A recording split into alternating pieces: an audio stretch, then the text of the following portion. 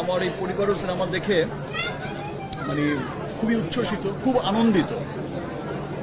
আপনারা দেখেছেন যে রিমার কার্লেনের পক্ষ থেকে আজকের এই শো দুটোর আয়োজন করা হয়েছিল। সো আমার এই পরিবারে রিমার কার্লেন, আমার যে নতুন পরিবার শুরু হয়েছে, তারা যে খুব আনন্দিত সিনেমা দেখে, এটা আমার কাছে খুব ভালো লাগছে। ব্যাপারটা হয়েছে যে এটা তো এরা মেনলি তো কর্পোরেটের মানুষ, এরা হচ্ছে এই সেক্টরের না, সিনেমা সেক্টরের না, বিজনেসম্যান, কর্পোরেট সেক্টরের লোক। কিন্তু এরা যে আজকে এত প্রাউডলি দেখেছে, খুব গর্ব করে বলছে যে সিনেমা দেখে যে সত্যি আমাদের দেশের সিনেমা যে এত দূরে গিয়েছে, এত ভালো করেছে সিনেমা। এবং দেখেছেন যে চেয়ারম্যান স্যার, আমাদের রিমার্কেটিং চেয়ারম্যান স্যার, ম্যাডাম, আরও যারা আছে, অন্যান্য ডিরেক্টররা, সবাই এসে কিন্তু খুব মানে আনন্দের সাথে জড়িয়ে ধরছে। কি চমৎকার সিনেমা, সত্যি খুব চমৎকার সিনেমা। আমরা চেষ্টা করেছি, রাফি খুব চমৎকার বানিয়েছে সিনেমাটা, এবং প্রত্যেকটা শিল্পী তার জায়গা থেকে এত ভালো কাজ করেছে। আমার কাছে খুব ভালো লাগছে একটা নিউজ দেখে আমার খুব আনন্দ লাগছে গতকাল থেকেই। সেটা হচ্ছে যে আপনারা সবাই জানেন যে তুফান কিন্তু শুধু যে দেশে ঝড় তুলেছে ব্যাপারটা তা নয়।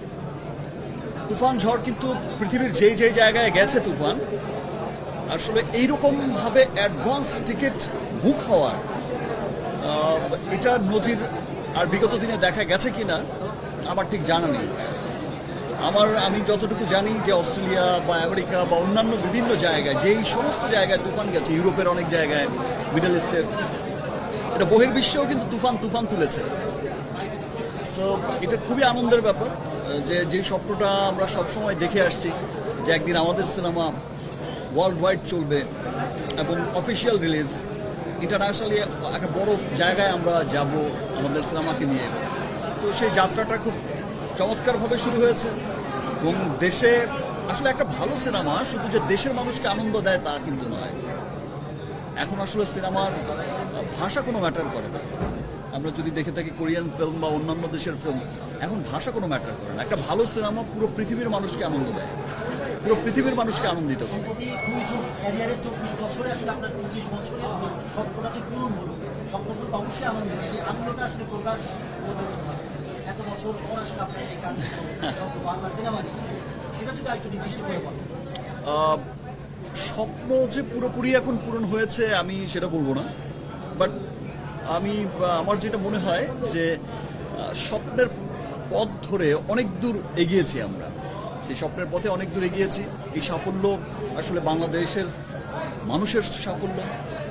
আজকে একটা সিনেমা বা আমাদের সিনেমা যদি ওয়ার্ল্ড ওয়াইড একটা চমৎকার জায়গায় গিয়ে পৌঁছায়, এই সাফল্য আসলে আমরা যারা সিনেমার সাথে যুক্ত শুধু তাদেরই নয়, এই সাফল্য আপনার, আমার, বাংলার সমস্ত মানুষের।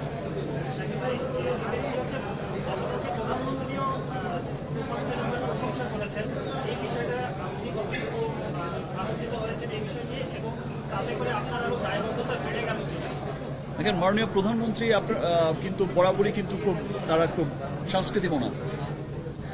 ন্যাশনাল অ্যাওয়ার্ডের এমন কোনো অনুষ্ঠান থাকে না যে তিনি আসেন না, এবং দীর্ঘ সময় তিনি বসে থাকেন, সবার সাথে কুশল বিনিময় করেন।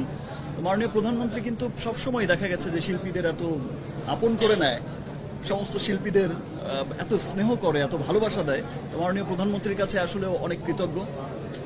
তার দেশের সিনেমা এগিয়ে যাচ্ছে, এটা আসলে মাননীয় প্রধানমন্ত্রী যখন গর্ব করে বলে, তখন গিয়ে মনে হচ্ছে যে না, সত্যি হয়তো আমরা আমাদের যে চেষ্টাটা আমরা করে যাচ্ছি, সেই চেষ্টার পথে, সেই স্বপ্নের পথে আসলে অনেক দূর এগিয়েছি।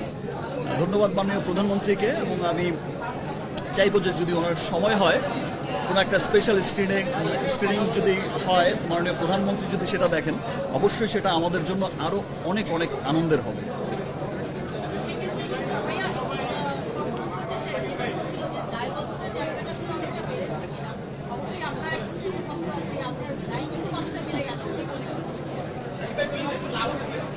দায়বদ্ধতা আসলে কি হয়, একটা দায়বদ্ধতা থেকে, একটা দায়িত্বের জায়গা থেকেই তো কাজ করে যাচ্ছি।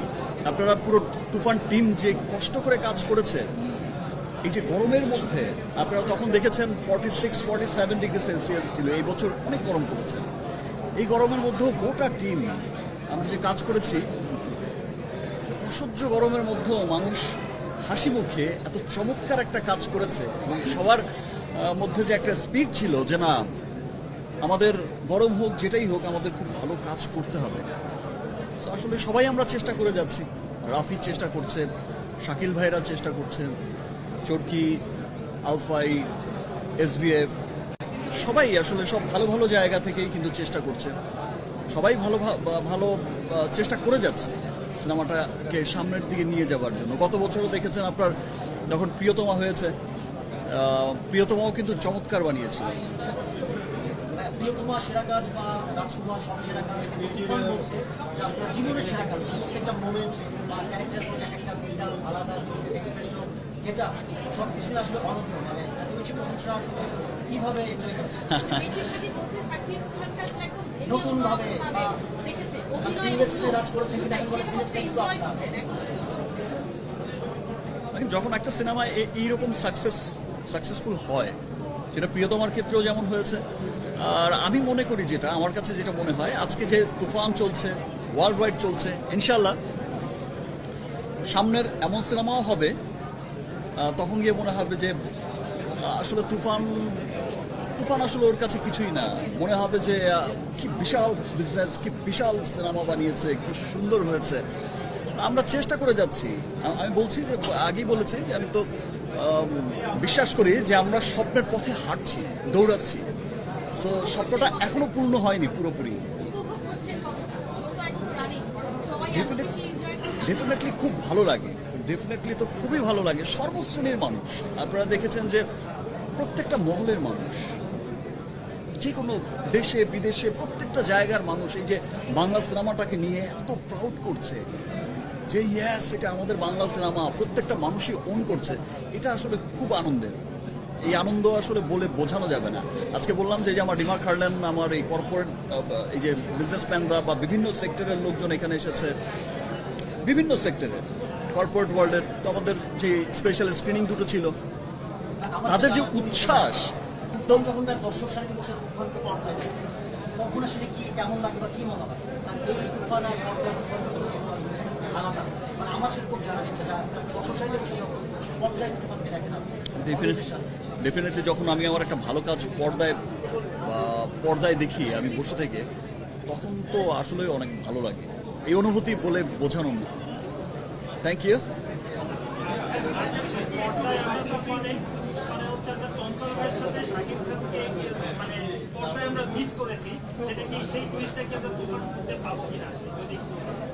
এখন তো তুফান চলছে, 2 এর গল্পে আর নাই যাই।